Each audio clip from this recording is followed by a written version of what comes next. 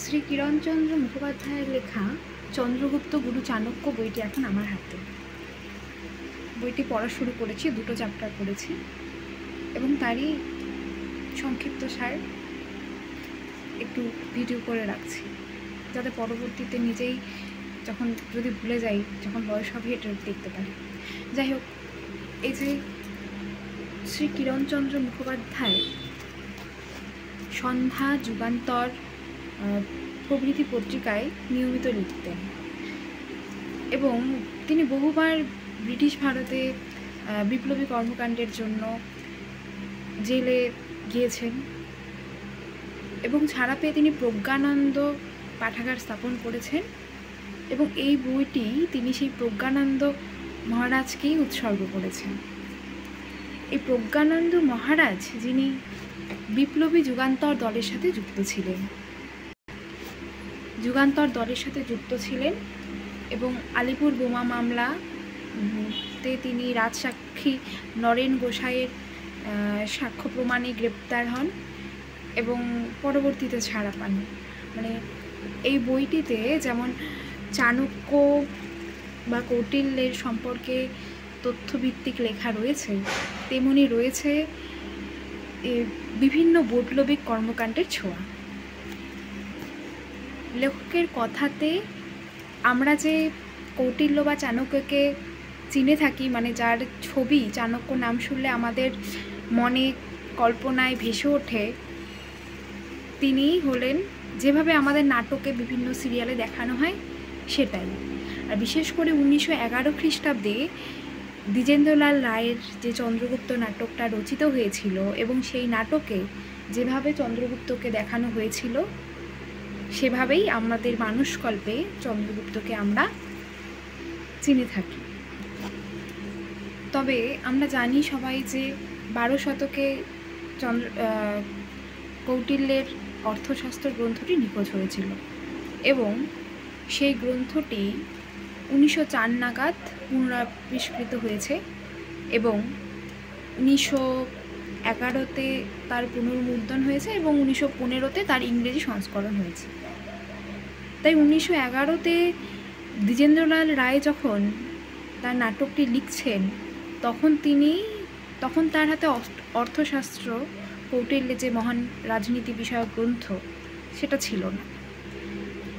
লেখক দ্বিজেন্দ্রলাল রায় উল্লেখ করেছেন যে তিনি পুরাণ এবং গ্রিক গ্রন্থসমূহ থেকে কৌটিল্য সম্পর্কে তথ্য আহরণ করেছেন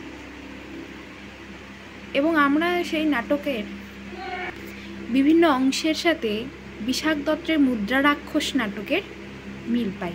মানে বিশাখ দত্তের মুদ্রারাক্ষস থেকে যে দ্বিজেন্দ্রলাল রায় অনেকটা গ্রহণ করেছিলেন, সেটি তার নাটক এবং মুদ্রারাক্ষসটি পড়লে অনুমান করা যায়। শ্রীলঙ্কার বৌদ্ধ রাজাদের পালি ভাষায় রচিত মহাবংশ, সোমদেবের কথা সরিৎসাগর,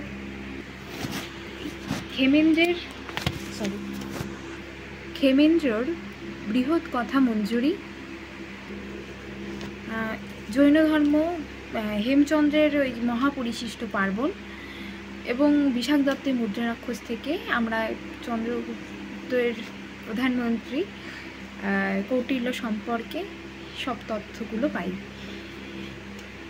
আমরা দেখতে পাই এই সমস্ত গ্রন্থে আমরা যা দেখতে পাই সেখানে দেখা যায় চাণক্য তিনি পাটলিপুত্রে ধননন্দের প্রধানমন্ত্রী হয়ে আসেন এবং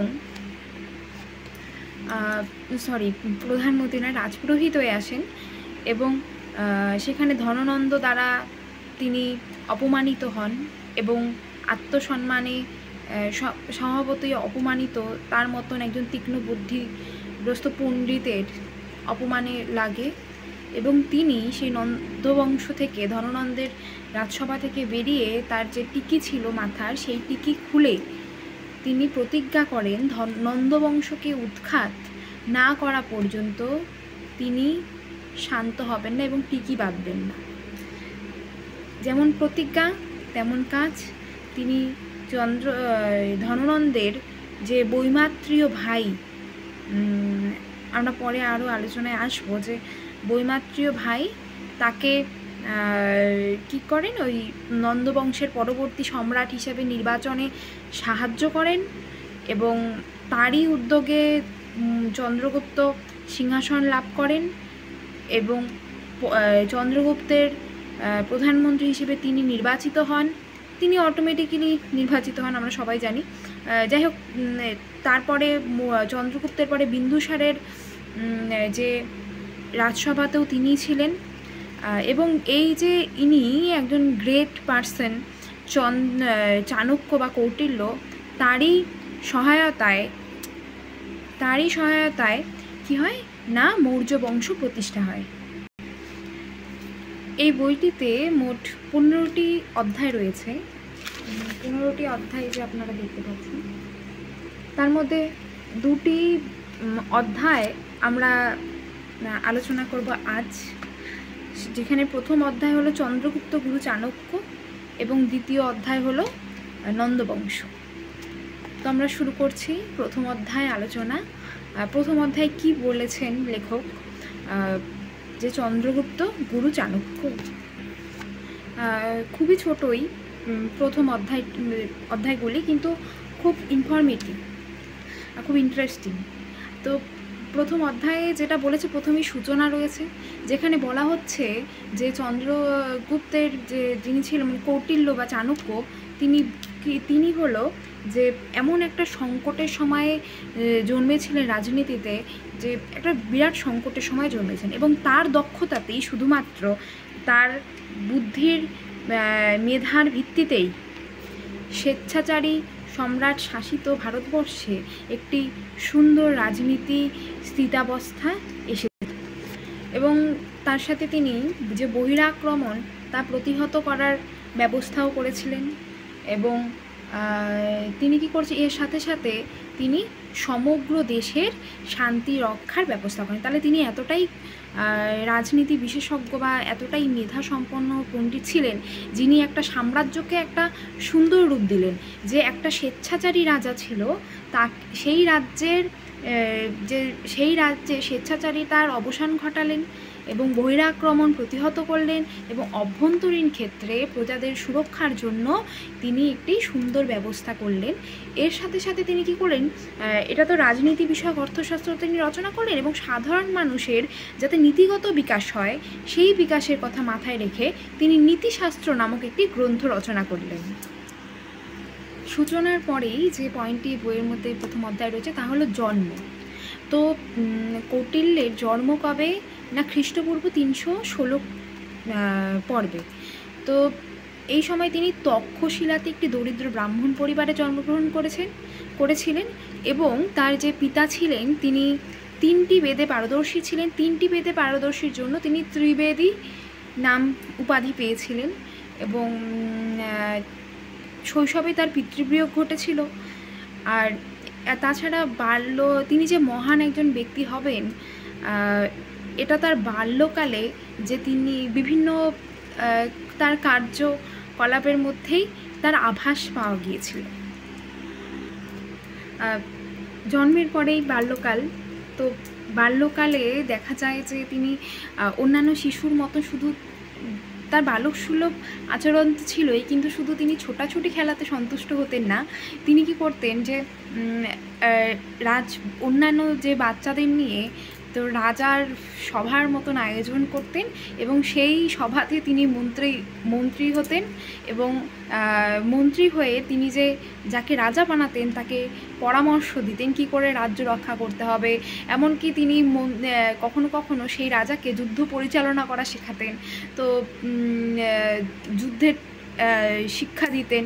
তো এই সমস্ত তিনি করতেন। এরপরে বাল্যকালের পরে আমরা এইখানে পয়েন্টে দেখি যে আত্মসম্মান জ্ঞান ও হলো মাতৃভক্তি। তো আত্মসম্মান জ্ঞান তার এতটাই ছিল যে তিনি কোনো কাজ করার আগে ভাবতেন যে এই কাজটি সঠিক হবে কিনা। তো ছোট মানুষ কখনো কোনো কাজকে সঠিক মনে হতো, কিন্তু যেটা বড়দের কাছে মনে হতো না। এইভাবে কিছু কিছু ভুল হয়ে গিয়েছিল তার দ্বারাও। তো তিনি সবসময় মানে সঠিক কাজটাকেই গুরুত্ব দিতেন ছোট বয়স থেকে এবং মাতৃভক্তির ক্ষেত্রে একবার তার মা তার শরীরে রাজদণ্ড দেখেছিল, রাজদণ্ড দেখেই তিনি খুব কাঁদছিলেন এবং কাঁদার তাই কৌটিল্য জিজ্ঞাসা করেছে যে মা তুমি কাঁদছো কেন, আমার শরীরে রাজদণ্ড আছে তো তুমি কাঁদার কি আছে। মা বলছে তার মানে তো তুই রাজা হবি। তো কৌটিল্য অবাক, আমি রাজা হলে তো তাতে তোমার ভালোই হবে, খারাপ তো হবে না। তখন ওনার মা বলছেন যে তুমি যদি রাজা হও বাবা তাহলে তুমি আমায় ভুলে যাবে। তখন কৌটিল্য ভাবলো আমি রাজা হলে আমি মাকে ভুলে যাব, ঠিক আছে। মায়ের সামনেই তার শরীরে যে রাজদণ্ড দুটো চিহ্ন ছিল তিনি তা মানে তুলে ফেলেন। এতে বলা হয় যে তিনি দেখতে খারাপ হয়ে যান, তুলে ফেললে শরীর থেকে খারাপ অবশ্যই হবেন, কিন্তু এটাতে তার যে মাতৃভক্তি তা সম্পূর্ণভাবে বোঝা যায়। এরপরে যে পয়েন্টটি আসে তা হলো উপদ্রব। বাচ্চারা তো উপদ্রব করবেই, চাণক্য করেছিলেন, তার পছন্দের খেলা ছিল কৃষ্ণ ঠাকুর যে ওই যে কলসি ভাঙতেন ওই তাই চাণক্য যে যারা মাটির কলসি নিয়ে যেত তাদের ওই কলসি ভেঙে এবং সেই জল দিয়ে যে ভিজে যেতেন, যে ব্যক্তি জল নিয়ে যাচ্ছেন তাতে খুব আনন্দ উপভোগ করতেন। এবং যখন সেই ব্যক্তিটি তার মায়ের কাছে গিয়ে চাণক্যের নামে নালিশ করতেন তখন চাণক্যের মা আবার তাকে মানে বকাবকি করতেন চাণক্যকে এবং তাকে সন্তুষ্ট করার জন্য মাটির পাত্রের দাম দিতেন। তো এভাবে মা ও ছেলের যে ভুল কাজ সেটাকে হয়তো বুঝিয়ে দিতেন। আর হলো একবার কি হয়েছিল, তার যে আত্মসম্মান বোধ বা ন্যায়বোধ এতটাই প্রখর ছিল, একটা বালক একবার জল নিয়ে যাচ্ছিল মাটির পাত্রে। তো চাণক্য কী করেছে, ওই মাটির পাত্র ঢিল দিয়ে ভাঙতে গিয়েছিল, কিন্তু সেই ঢিলটি ভুলবশত মাটির পাত্রে না লেগে বালকটির মাথায় লেগে মাথা ফেটে যায়। এতে চাণক্য খুবই দুঃখ পায় এবং হলো তার কাছে খুবই এটা অন্যায় মনে হয়। তো বালকটি তার মায়ের কাছে যায়, নালিশ করে, মা চাণক্যকে খুব বকাবকি করে। এবার বালকটিকে শুশ্রূষা করে, তাকে সারিয়ে ওষুধ দিয়ে সন্তুষ্ট করে বাড়ি পাঠায়। কিন্তু পরবর্তীতেও তার মা খুব বকাবকি করছিল চাণক্যকে। তো চাণক্য নিজের মনের ভেতরে বুঝতে পেরেছে যে আমি খুব অন্যায় করেছি।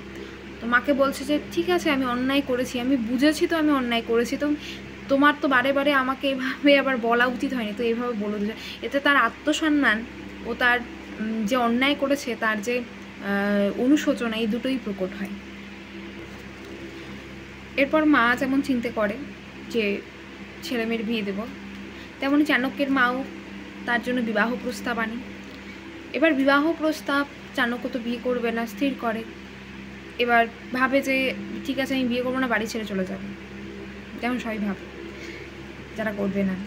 তো এবার তার মা কি করে, যে বলে যে তুমি যদি চলে যাও বিয়ে না করো তাহলে আমি আর বাঁচবো না। এতে চাণক্য ভাবে যে না, আমার মা তো যা বলবে তাই করবে। তখন তিনি বাধ্য হয়ে বিয়েতে সম্মতি দেয় এবং তিনি যে রাজদণ্ড চিহ্নটা উৎপাত করেছিল এবং তাতে তার সৌন্দর্যতে ব্যাঘাত ঘটেছিল। তো যদিও সৌন্দর্য তো মেধাতে, মনে, সব কিছুতে আমাদের সৌন্দর্য, কিন্তু তাও কিছু মানুষ তো রূপের মধ্যেও সৌন্দর্য খোঁজে। তো এজন্য ওই রাজদণ্ড উৎপাত করাতে তার যে সৌন্দর্য মানে দৈহিক সৌন্দর্যতে খারাপ হয়েছিল, এজন্য অনেকেই তাকে পাত্রী দিচ্ছিল না। তো একবার একজন রাজি হয়েছে যে চাণক্যকে বিয়ে দেওয়ার জন্য, কিন্তু পথে যেতে গিয়ে তার পা কেটে যায়। মানে বিয়ের দিন যেদিনকে নিয়ে যাচ্ছিলেন বরপক্ষের লোকেরা, তার পা কেটে যায় এবং পা থেকে রক্তপাত হয়। তো রক্তপাত হওয়া হিন্দু শাস্ত্র অনুযায়ী সেদিন বিয়ে হবে না, তো চাণক্যরও সেদিন হয়নি এবং বিয়েটা ভেস্তে চায়। চাণক্যর কৈশোর ও যৌবনকালের মাঝে চাণক্যর মা আর কখনোই এরপর থেকে তাকে বিয়ের জন্য জোর করেননি। তো এই বিয়ের বিবাহর মধ্য দিয়ে আমাদের প্রথম অধ্যায়ের সমাপ্তি ঘটে। তো প্রথম অধ্যায়ে এই কটা পয়েন্টই ছিল। এরপরে আমরা যে দ্বিতীয় যাচ্ছি, মানে প্রথম অধ্যায়ে আমরা যেগুলো আলোচনা করলাম তার মধ্যে ছিল প্রথমে সূচনা, তারপর ছিল জন্ম, তারপর বাল্যকাল, তারপরে ছিল আত্মসম্মান ও মাতৃশক্তি, তারপর উপদ্রব, চাণক্য যখন বাচ্চা ছিল তার উপদ্রব এবং বিবাহ প্রস্তাব, এটা দিয়েই আমাদের প্রথম অধ্যায় সমাপ্ত হয়। এবং দ্বিতীয় অধ্যায় এবার শুরু হলো, যা নাম হলো নন্দবংশ। এখানে যে প্রথমেই যে ইসেটা থাকে, সূচনার মতন থাকে, সেখানে বলা হয় যে নন্দবংশের সে সময় রাজা ছিলেন মহাপদ্মনন্দ, এবং মহাপদ্মনন্দের দুজন স্ত্রী ছিলেন। একজনের নাম সুনন্দা, যিনি ক্ষত্রিয় ছিলেন, আরেকজনের নাম মুরা, যিনি শূদ্র ছিলেন। তো যিনি ক্ষত্রিয় ছিলেন সুনন্দা, তার 9টি পুত্র ছিল, এবং যিনি শূদ্র ছিলেন মানে মুরা, তার একটি মাত্র পুত্র ছিল, যার নাম চন্দ্রগুপ্ত। আর এই যে মহাপদ্মনন্দ যিনি ছিলেন, তিনি হলো প্রজাদের অতটা প্রিয় ছিলেন না। তিনি খুব অর্থ সঞ্চয় করতেন, ব্যয় করতেন না প্রজা কল্যাণে, দান করতেন না। তো খারাপ রাজা ছিলেন তিনি। এরপরে দেখা যায় যে মানে এরপর এখানে যে প্রথম পয়েন্টটা, সেখানে আছে ষড়যন্ত্র। তো মহাপদ্মনন্দের রাজসভাতে দুজন মন্ত্রী ছিলেন। একজন ছিলেন চন্দ্রভাস, যিনি বৃদ্ধ ছিলেন এবং প্রখর বুদ্ধি ছিল, প্রখর পণ্ডিত ছিলেন। আরেকজন ছিলেন রাক্ষস, যিনি রাক্ষস, তিনি চন্দ্রভাসকে হিংসে করতেন, তার বুদ্ধি, তার প্রখরতা, যে সব কাজে তিনি এগিয়ে যান, এজন্য হিংসে করতেন। তো রাক্ষস কী করলেন, যে মহাপদ্মনন্দের কাছে এই যে চন্দ্রভাস যিনি ছিলেন, তাকে ছোট করে, তাকে শাস্তি পাওয়ানোর জন্য খুব উৎসাহিত হলেন। তিনি কি করলেন, একজন পর্বতক নামে একজন রাজা ছিলেন, তার নাম করে একটা চিঠি লিখলেন, যে চিঠিতে এই লিখলেন যে আমি চাই মহাপদ্মনন্দকে সরিয়ে আপনাকে রাজা বানাতে, পর্বতককে। এবং তিনি আরেকটা কাজ করলেন, যেখানে একজনকে দিয়ে ওই চন্দ্রভাসের আঙ্গুলের একটা ছাপ আনিয়ে দিলেন ওটার মধ্যে, এবং সেই চিঠিটা তিনি একজন দূতকে দিয়ে মহাপদ্মনন্দর কাছে দিলেন। এই মহাপদ্মনন্দ বেজায় রেখে গেছে, আমাকে সরিয়ে দিয়ে আমার মধ্যে চন্দ্রভাস পর্বতককে রাজা বানাবে। তাহলে কি করলো, চন্দ্রভাসকে তিনি কি করলেন নিয়ে, এবং চন্দ্রভাসের পরিবার সমেত, যে চন্দ্রভাসের পরিবারে 100 জন লোক ছিল, এবার এই 100 জন লোক এবং চন্দ্রভাসকে কারাগারে বন্দি করে রাখলেন সারা জীবনের জন্য। এবং কারাগারটা ছিল মাটির ভেতরে অন্ধকার একটা জায়গাতে, এবং এই কারাগারে সারা জীবনের জন্য থাকতে বললেন। এই কারাগারে তাদের খাওয়ার জন্য 1 সের চাল দিলেন। এই 1 সের চাল যে তিনি দিলেন, এই 1 সের চাল তো 100 জনের মতন লোকের খাওয়ার জন্য তো যথেষ্ট না।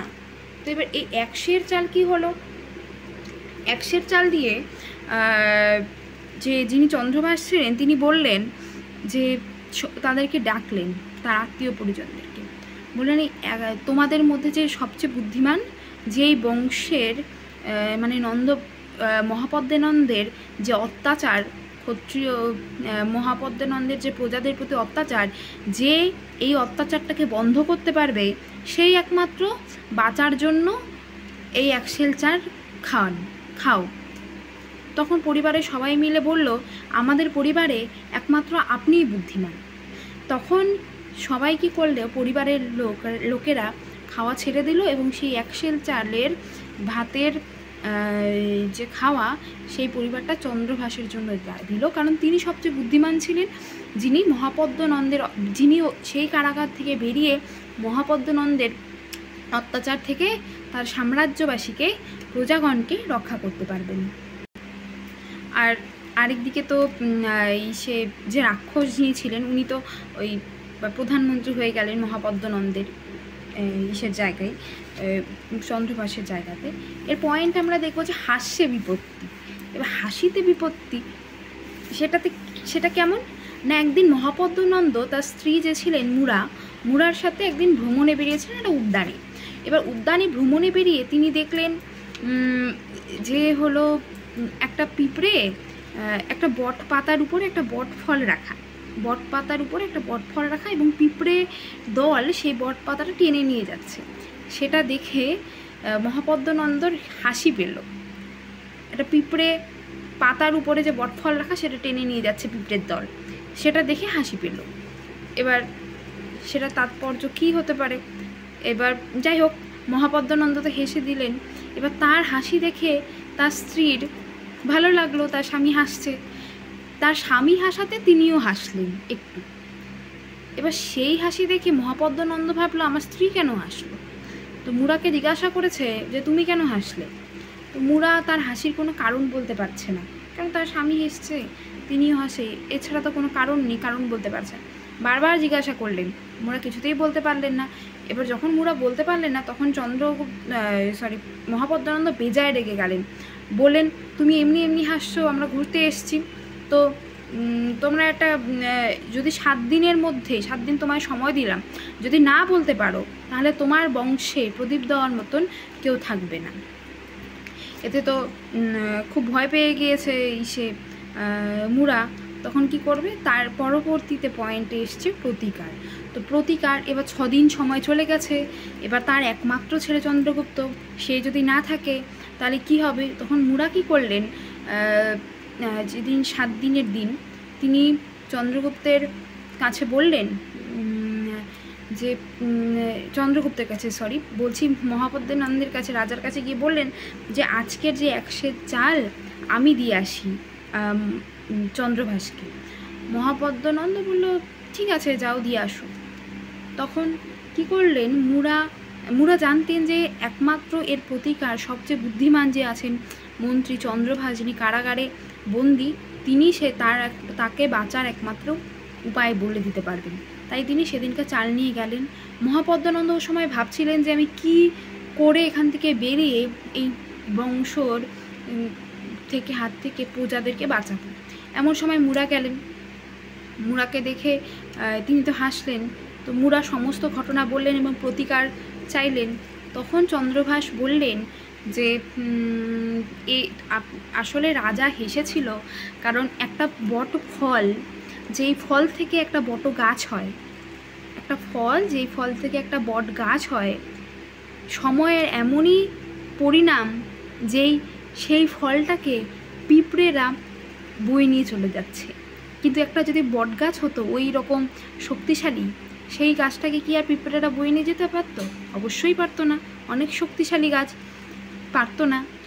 তো এই জিনিসটা কল্পনা করে মহাপদ্মানন্দ হেসেছিলেন। তখন মুরা ভাবছিল বা এই জিনিসটা তো আমিও দেখেছি।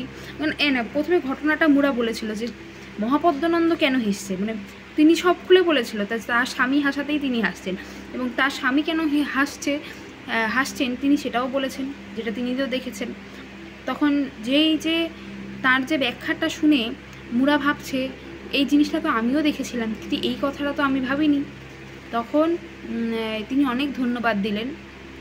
দেওয়ার পর তিনি সেখান থেকে যখন বিদায় নিচ্ছেন, তখন চন্দ্রভাস বললেন আপনি তো এটাতে খুশি হবেন, এতে যখন রাজা যখন খুশি হবে এবং আপনাকে যখন বর দিতে চাইবে রানীমা, তখন আপনি চাবেন যাতে আমাকে মুক্তি করে, চন্দ্রভাসকে যাতে মহারাজ মুক্তি করে দেন।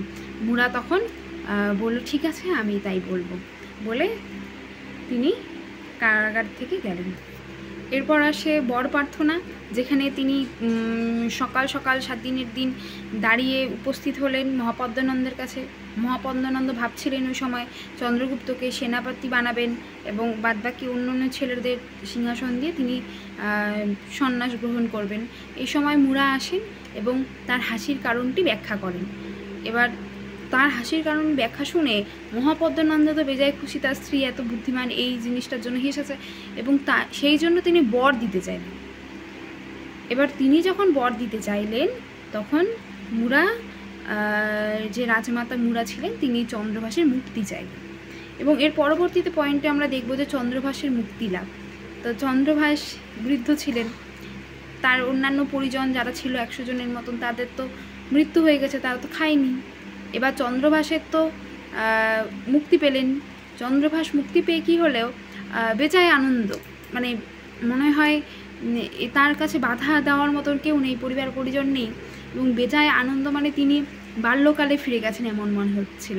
তিনি বেজায় ঘুরে বেড়াচ্ছিলেন এবং তারপর তিনি কল্পনা করছেন কিভাবে এই অত্যাচারের হাত থেকে প্রজাগণকে মুক্ত করে দেন। কিন্তু হ্যাঁ, চন্দ্রভাস প্রকৃত জ্ঞানী ছিলেন, তিনি পণ্ডিত ছিলেন, তার এত বড় শাস্তির পরও তিনি কিন্তু মহাপদ্ম নন্দের উপর তার মনে যে প্রতিশোধ স্পৃহা জন্ম নেওয়ার কথা একটা মানুষের, সেই প্রতিশোধ স্পৃহা কিন্তু তার মনে জন্ম নেয়নি। তিনি চেয়েছেন প্রজাগণকে বাঁচাতে, কারণ তিনি জানতেন কারণ রাজা অত্যাচারী, এতে প্রজাগণের দুঃখ হচ্ছে, তিনি প্রজাগণকে বাঁচাতে চেয়েছেন। কিন্তু তার মনে কোনো মতেই প্রতিশোধ স্পৃহা জন্ম নেয়নি। এরপরে দেখব যে পরের পয়েন্ট ছিল নন্দগণের রাজ্যলাভ। নন্দগণের রাজ্যলাভে যে রাজা ছিলেন মহাপদ্ম নন্দ, তিনি কি করলেন যে তার 9 ছেলে যে ছিল সুনন্দার পুত্ররা, তাদেরকে সিংহাসনের ভার দিলেন এবং চন্দ্রগুপ্তকে সেনাপতি বানিয়ে তিনি সন্ন্যাস গ্রহণ করে চলে গেলেন। এবং এর পরবর্তী পয়েন্টে আছে বুদ্ধি পরীক্ষা। এবার তার 9 জন ছেলে কী করলেন, তারা চন্দ্রগুপ্তকে অতটা পছন্দ করতেন না, কারণ চন্দ্রগুপ্ত বুদ্ধিতে, বিদ্যায়, শিক্ষায় সবার চেয়ে প্রথম ছিল। তো কী করলেন, এই 9 জন ভাই, তার যে ভাই, বৈমাত্রীয় ভাই চন্দ্রগুপ্তকে ওই যে কারাগারে বন্দি করে রাখলেন। তো এবার চন্দ্রগুপ্ত ভাবছে যে আমি কি করে এখান থেকে মুক্তি পাই। তো এমন সময় শ্রীলঙ্কার রাজা এই যে নন্দরাজদের 9 ভাইয়ের পরীক্ষা দেখো, 9 ভাইয়ের না, নন্দ বংশের যে নন্দ শাসকেরা যারা ছিল, তাদের বুদ্ধির পরীক্ষা নেওয়ার জন্য একটা মোমের পিঞ্জরার মধ্যে বদ্ধ একটি মোমের সিংহ পাঠিয়েছে এবং দূতকে বলেছে যাতে না ভেঙে না কেটে সিংহটাকে বাইরে বের করে। তো রাজারা তো অনেক ভাবছে, শাসকের তার 9 পুত্র কিছুতেই কোনো দিশা পাচ্ছে না। এবার এতে তো রাজাদের যে পূর্বের মান সম্মান ছিল সেটা হ্রাস পাবে, এবং এর জন্য তারা তাদের প্রধানমন্ত্রী রাক্ষসকে বলেছে যে এর কি উপায়, আমাদের এখান থেকে বের করুন, আমরা কি করি, আমাদের তো সব মর্যাদা, মানে রাষ্ট্র মর্যাদা বিলুপ্ত হবে, রাষ্ট্রে এরকম বুদ্ধিমান কি আছে। তখন রাক্ষস বলছে যে তোমাদের এত চিন্তা কি, সবচেয়ে বুদ্ধিমান ব্যক্তি হলো সেই তোমাদের মধ্যে যাকে তোমরা বন্দি করে রাখছো কারাগারে, তোমাদের ভাই চন্দ্রগুপ্তকে, তাকে নিয়ে আসো, সেই করতে পারবে। তো চন্দ্রগুপ্তকে ডাক দিয়েছে, বের করে নিয়ে এসে বলছে ভাই এখন আমাদের সবাইকে মিলেমিশে এটা বের করতে হবে, তো তোমাকে বের করতে হবে, এটাতে ইসের ব্যাপার, তুমি কিছু মনে করো না, তোমার কাছে আটকে রাখছিলাম। তো এবার কি হয়েছে, চন্দ্রগুপ্ত মৌর্য কী করেছে, ঠিক আছে ওখান থেকে বলছে ঠিক আছে ভাই, বেরিয়ে এসছে, যেখান থেকে ছাড়া পেয়ে তিনি কী করছেন, একটা শিক গরম করে তিনি পরীক্ষা করে দেখছে যে সিংহটা মোমের, একটা শিক গরম করছে, মোমের মধ্যে সেই সিংহটার উপরে ছেঁক দিয়েছে এবং গলে সেটা বেরিয়ে গেছে। তো এবার সেখানে সিংহলের ক্ষেত্রে কাছে রাজার কাছে সেটা গিয়েছে এবং বুদ্ধি প্রমাণিত হয়ে গেছে। এবার মৌর্য সম্রাট যিনি হবেন পরবর্তীতে চন্দ্রগুপ্ত মৌর্য, তিনি তো জানেন যে কতটা অত্যাচার তার উপর হয়েছে, এবং তিনি কি করলেন, তিনি সবার সাথে, প্রজাদের সাথে খুব সুন্দর আচরণ করছিলেন, তার স্বভাবগতই সুন্দর আচরণ করেছিলেন, এবং প্রজারা ওই 9 ভাইয়ের চেয়ে চন্দ্রগুপ্ত মৌর্যকে বেশি পছন্দ করতেন রাজা হিসেবে, এবং 9 ভাইকে ভয় পেতেন, এবং রাজা হিসেবে প্রজারা চাইতেন যাতে চন্দ্রগুপ্ত তাদের শাসক হন। তো এটা প্রজাদের ছিল। এবার এই যে প্রজাদের চাওয়াটা, এটা ওই তার 9 ভাইয়ের মনে হিংসের জন্ম দেয়। 9 ভাই কী করেন, আবার চন্দ্রগুপ্তকে সরানোর পরিকল্পনা করেন, এবং চন্দ্রগুপ্ত কী করেন যে সেখান থেকে পলায়ন করেন। এই পলায়ন করে তিনি কোথায় যান না, পাঞ্জাবে যান। গ্রিক রাজ আলেকজান্ডারের সাহায্যপ্রার্থী হয়েই তিনি সেখান থেকে পালিয়ে পাঞ্জাবে আশ্রয় গ্রহণ করেন, এবং এখানে আমাদের সেকেন্ড চ্যাপ্টারের সমাপ্তি হয়।